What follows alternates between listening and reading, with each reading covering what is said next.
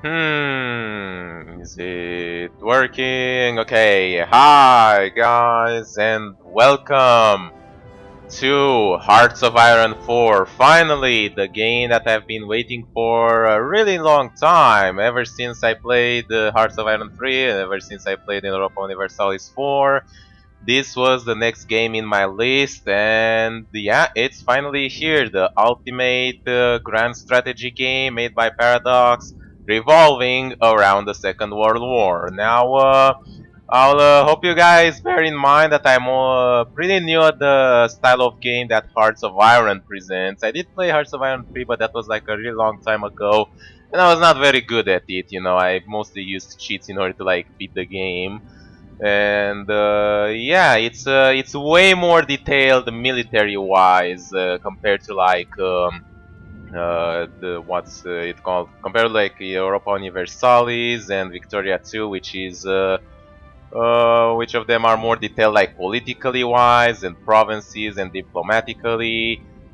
This one is much more detailed militarily. So yeah, hope you guys just have a lot of patience with me and explain to me if I make wrong decisions, and hopefully by the end of it I'll know how to play the game. The audio is, maybe we can drag it just slightly lower.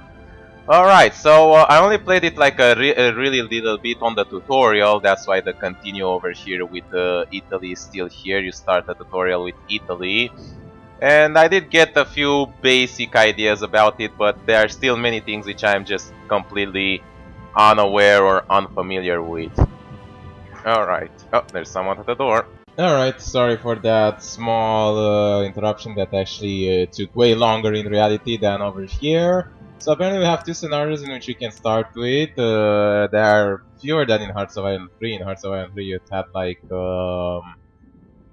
these two. You had like 1940, 1941, 1943, and I think 1944 to start off with. So yeah, it's a little bit limited over here. We have Gathering Storm, which is in the 1st of January 1936, which is similar to the first game. Dark times are coming in Europe. Hitler has consolidated his power and his attention is now increasingly drawn beyond Germany's border. Mussolini's Italy continues to embark on daring military adventures, while the Empire of Japan stands poised to attack China in Asia. Almost 20 years have passed since the end of the Great War, and the world has yet again been doused in gasoline. A single spark may be all it takes, and the Blitzkrieg is like just 2 weeks before the war started.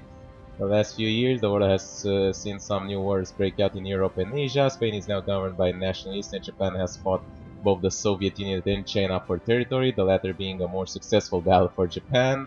A new non-aggression pact between Soviet Union and Germany may be bad news for the rest of Europe. Yeah, it got signed in like just 21st or 23rd of August, I think. Alright, so Gathering Storm, we'll go and select, and we can choose our country. We can choose one of the big countries. France, United States, look at that fine ass gentleman, Franklin Delano Roosevelt. United Kingdom with Neville Chamberlain, the like Winston Churchill got elected like later in 1940.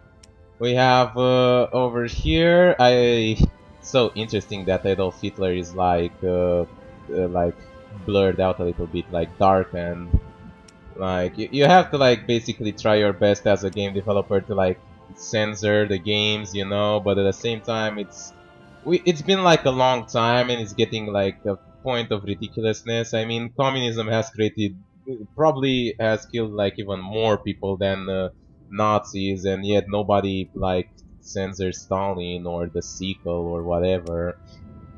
Alright, I have Benito Mussolini. Oh, look at this, the national spirit. Vittoria Mutilata and Vittoria Emanuele. Ah, this is the Allies betrayed Italy and stuff. That's in the back when they broke the Pact of London. Yeah, the thing that they had in the First World War. State Shintoism.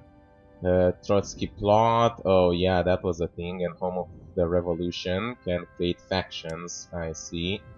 and this should be the war to end all wars is in recent memory of the national people. Well, leaders are reluctant to send the new generations at war. King George V, which popular figurehead, increasing national unity. I'm mostly looking around. I don't think I'll play much in this episode. I'll try to make this like a smaller episode in which I just like look around, basically. Home of the free. Can join faction led by another ideology. Can create factions. The Great Depression. Indeed, that was a big problem. And undisturbed isolation. Alright, you know. They were very isolationist in that period of time. Victors of the Great War. Disjoint government and protected by the Maginot Line. And thus sacrifice some flexibility in the event of something unexpected. Indeed it was. Alright, but the country which I will play with is obviously none of these ones. Is the great country of my own, and that is Romania, the Grand Romania that has existed in that time. Arman Călinescu was apparently the leader. I think he was like what it was called, the leader of the Regency Council. The king was Michael the First of that time, but he was too young to lead, so there was like a Regency Council until Carol II came to power. Right, so we are led by the National Liberal Party, which seems to be fine for the most part.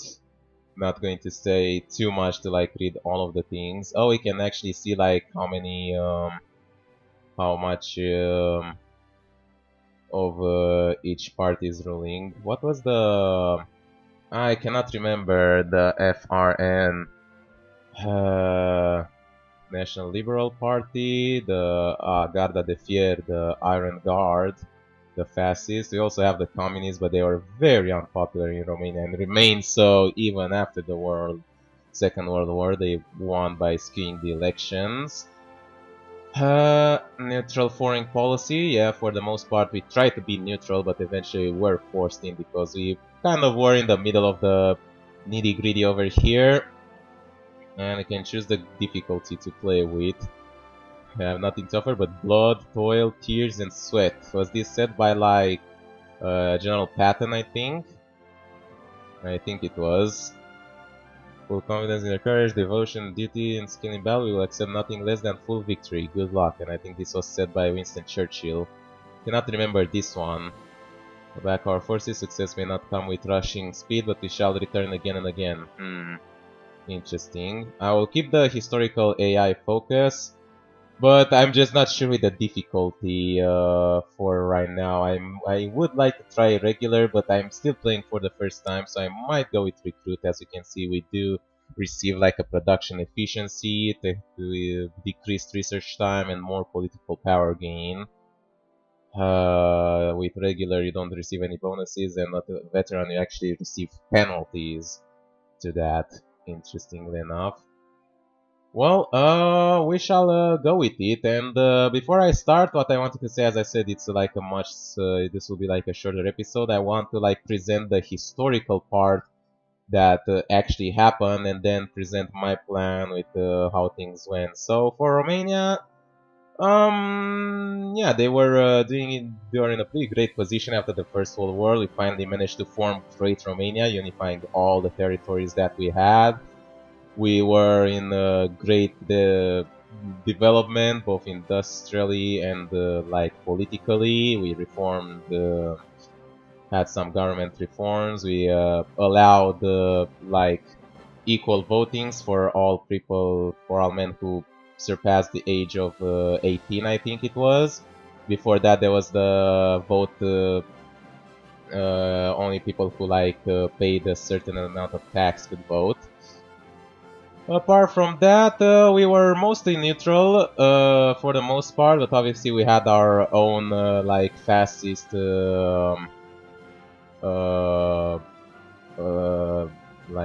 parties and movements.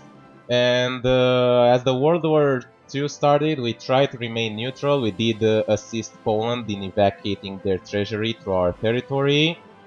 But by 1940, when France eventually collapsed, we no longer had any allies to defend us, so we just had to, we were forced to like concede territory after territory. Conceded Bessarabia to the USSR, which we haven't recovered ever since.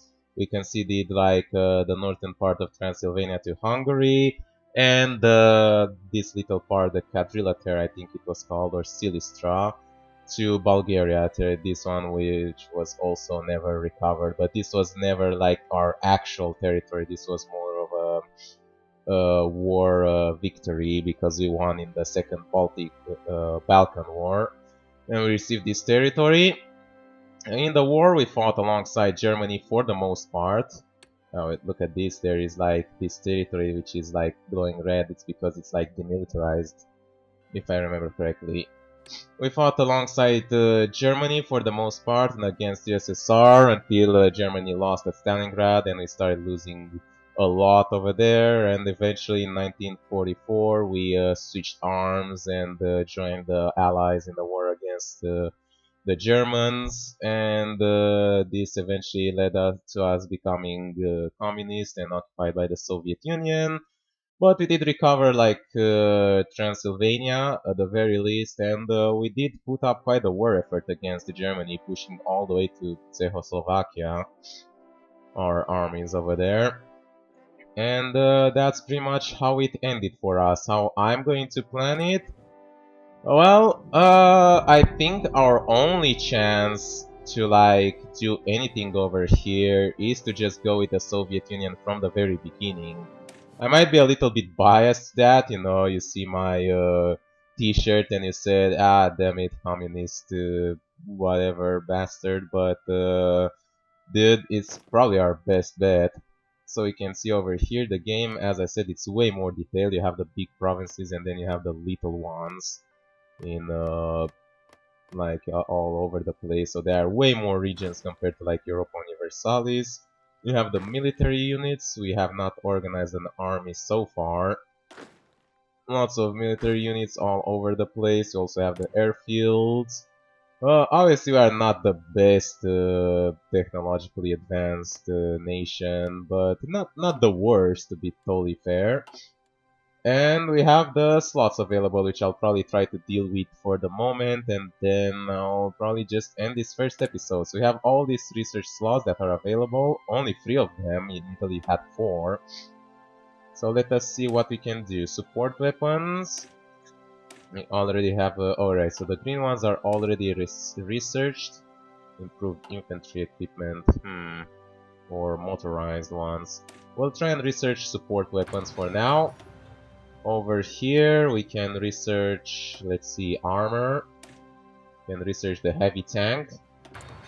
There you go. And in artillery, I guess we can research the anti-aircraft artillery. Obviously, there are lots of research that you can do. Yeah, we also have the doctrines, have the naval research, the air research, and finally engineering, which revolves around electronics and atomic research. And yeah, this research is way ahead of time, which gives us a huge penalty towards doing it. Like 1,500 days to do it, it's ridiculous. You also have the radar technology, this could be also very useful to go towards. Right, and also we have industry, synthetic oil could be very useful, construction, basic machine tools, advanced oil plants, and so on. That will be with research.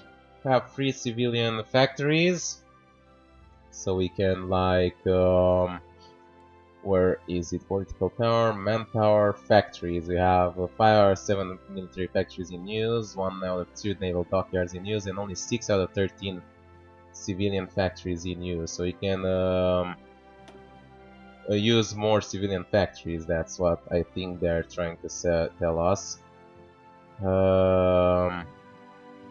can use for trade or building constructions. Let us build up in the few places that we have left. Also have 3 dockyards ready up. How about to build a ship, you know, the Delfino class submarine? Yeah, we did have a submarine fleet. And I did do some missions here and there, so yeah, we could build one of those. It'll be done in 1 in 18 years. Oh, we can choose like how many naval dockyards we can use to it and like make it in parallel, basically. Interesting. We have the light tank. These are units that are already in production. I see. We have still military, two more military factories that are free. We can build maybe like another interwar fighter, and I'm not sure what we have. Low manpower. Yeah, we don't have that much. Maybe another infantry unit. Alright, our national focus. Aviation effort, naval effort, industrial effort. Um, wow, there is a lot of things over here. Look at that, and political effort. Oh, and these ones branches are mutually exclusive. I see. Interesting. And over here at this one as well, fighter focus versus bomber focus, flexible navy versus large navy. Very, very cool. I'll go with industrial effort for now. The thing is that in the first years of the war, we were neutral and we didn't really have much business with what was going on. So yeah, and we have insufficient resources of rubber, tungsten, and steel. Well, the best we can do is probably trade. We can trade some rubber with United Kingdoms. Right, what else we will need? We'll need steel, which was like a very good steel exporter. I cannot remember exactly. I think it was Sweden, maybe, or I think that was for iron. Yeah, they do sell tungsten, so that's fine. I'm going to grab one of that. Alright, and once more for steel. Let's see, Soviet Union, there you go. They have a lot of reserves over here. So we'll send them an offer.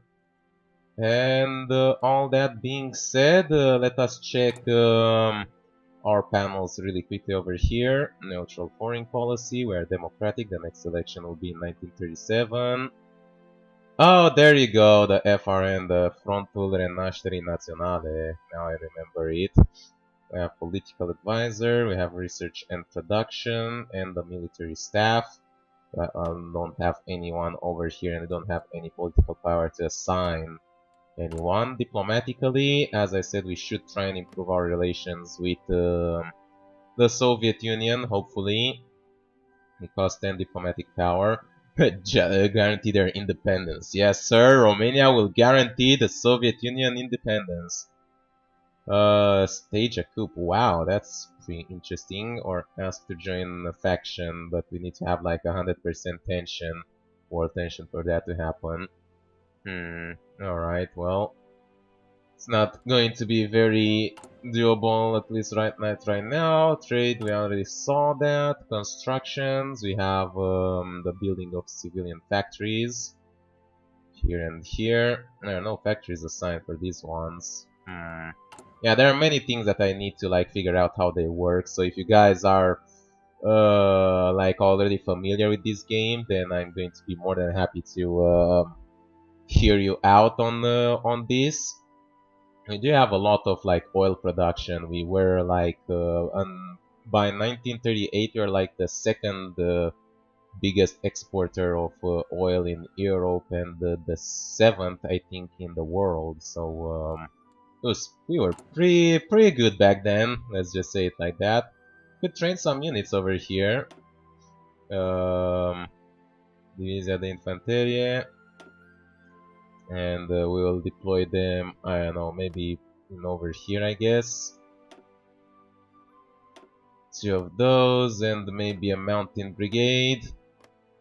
And a regiment of armor. Blindata regimental. I think it should be on the other way around. It should be regimental blindata. But yeah, like I'm not going to mind too much, you know. It's like the developers try their best, but obviously you're not going to get all the things right. And we have logistics over here, which I don't think I've seen before, and it seems way too complicated and scary. I think it says what resources every of each one of these like units require, and the balance, daily equipment balance, and how much equipment we have stored. We have a deficit because we are building them, I guess, and we need more equipment. Alright, well, that should be it for this episode. I haven't even started the game, we're still paused on the first day, but I think I have kind of showed off what things are like, and what my plans are, and have deployed like the basic things, you know, started the research, assigned a political focus. So yeah, until the next episode, hope you guys enjoyed watching. Leave a like and a favorite as always. Helps a lot, and I'll see you next time. What I'm going to make. What the fuck is the political map mode? I keep trying to like um trying to see it over here, but I just cannot. No, this is the world tension, supply areas map mode, state map modes. Yeah, but it's like showing off all the states over here in some weird colors. Diplomacy map mode maybe? Ah, there you go, that's the map mode. Although this also tells us the like the supply of resources. What we have? Oh, this is the resource map mode, diplomacy map mode. It just shows us if we friendly with or not. Factions map mode. Have the axis, the Comintern, and the allies, and most of the world which is unaligned. I think our best bet is like resources map mode, I think. Alright, so as I said, hope you guys enjoyed watching. Leave a like and a favorite, and I'll see you next time. Bye bye.